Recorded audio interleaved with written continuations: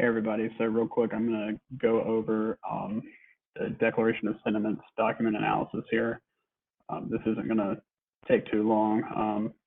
You'll notice immediately that there's a lot of similar wording. It's almost the exact same wording, actually, as the Declaration of Independence, with the key difference, of course, being that women is also included here. So that already answers number one, right? What document is the authors based this on? The Declaration of Independence, right? We hold these truths to be self-evident that all men and women are created equal, that they are endowed by their Creator with certain inalienable rights. And among these are life, liberty, and the pursuit of happiness.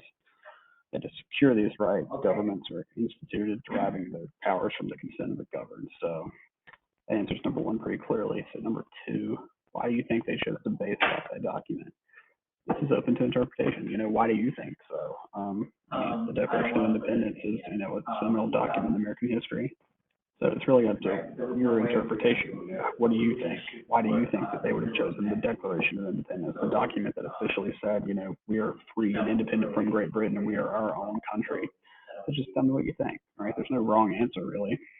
So we're going to move on here. The history of mankind is the history of repeated injuries and usurpations on the part of man toward woman, having in direct object the establishment of an absolute tyranny over her. He has never permitted her to exercise her inalienable right to the elective franchise, which is voting, all right? He has made her, if married, in the eye of the law, civilly dead.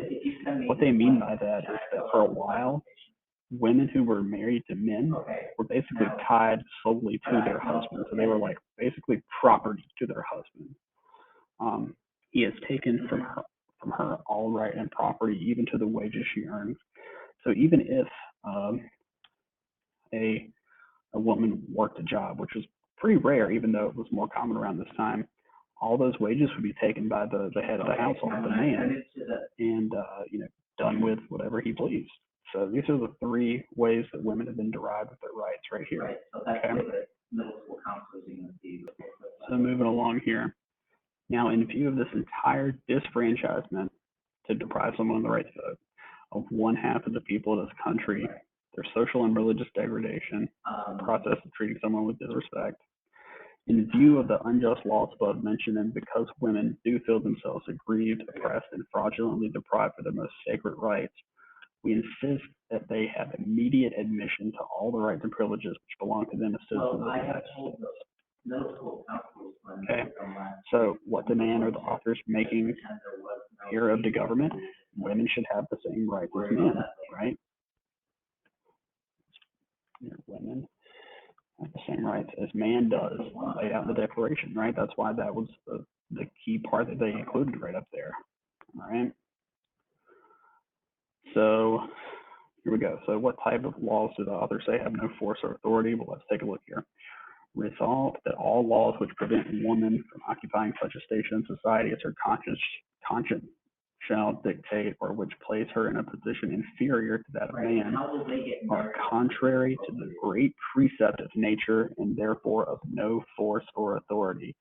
So what laws have no force or authority? They're saying that any law that prevents a woman from being on equal footing than a man, to any law that prevents a woman from occupying whatever station in society she wants. All right. So just keep that part in mind. Okay.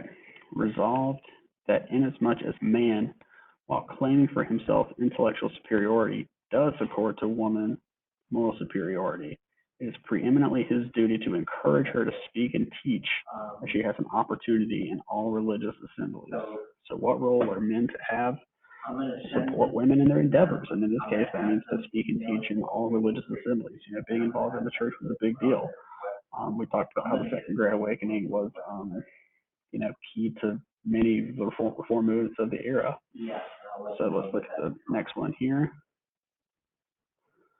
Resolved that the same amount of virtue, delicacy, and refinement of behavior that is required of woman in the social state also be required of man, and the same transgression should be visited with equal severity on both man and woman. So essentially what it's saying here, men and women should be held to the same standard. They're saying that women are being held to a higher standard here, especially morally. Talking about this virtue, delicacy, right? That women are these fragile objects, right? So they're saying that, women should be treated equally before the law. There should be an equal severity on both men and women if they were to, commit an act, an illegal act. So 7, does it seem that women and men are on the same, have the same expectations in terms of their public behavior? Well, it's very heavily implying here that women are held to a higher standard, right? So that's what it's asking. Do the authors think that it's acceptable? It's pretty strong language in here that indicates that no, they don't, right? And they even mention how, they should be treated equally before the law, right there, right? If there's transgressions enacted, they should be visited with equal severity. All right, so this last stanza here. Resolved, therefore, that being invested by the Creator, God, right, that's why it's capitalized, with the same capabilities and same consciousness of responsibility for their exercise, it is demonstrably the right and duty of woman, equally with man, to promote every righteous cause by every righteous means, and especially in regard to the great subjects of morals and religion. It is self-evidently her right to participate with her brother in teaching them, both in private and in public, by writing and speaking, by any instrumentalities proper to be used, and in any assemblies proper to be held. So what call to action are the authors making here? Well, they're very strongly, in a very strongly worded way, saying, women should have the same rights as men, especially in, what was it? In regard to the great subjects of morals and religion, right? And that's what we're going to get into more on Friday, the specific reform movements that women were getting involved in at the time.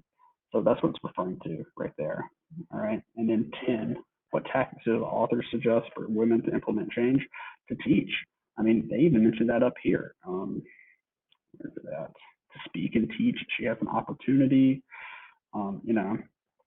Here it is. Her right to participate with her brother in teaching them, both in private and public. Right? It's teaching, right? That's a big key thing here. At 11, it's another one open to interpretation. So how do you think most men in the mid-1800s would have responded to this? How would most men respond to the problems women have identified and the demands that they made? It's just, what do you think, right? But, keep in mind that this document was incredibly important, and, they felt a need to issue this for a reason. So just kind of keep that in mind as you answer that. But anyways, just wanted to go over this with everybody. Hope this answered any questions you had about it. And if not, let me know. More than willing, as always, to help clarify anything. But anyways, thanks everybody.